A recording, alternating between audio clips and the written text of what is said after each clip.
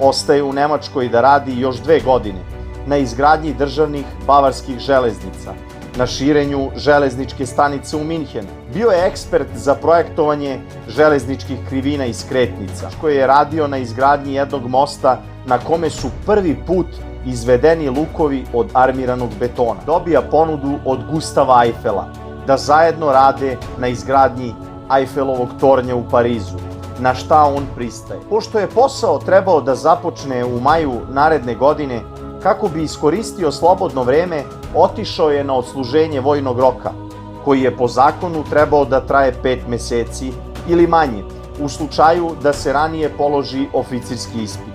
Međutim, pao je na praktičnom delu ispita, na kom je dobio zadatak da obeleži trougao na terenu, što je rešio na inženjerski način, umesto po vojnim pravilima. Zbog toga je morao da potpiše ugovor sa Eiffelom.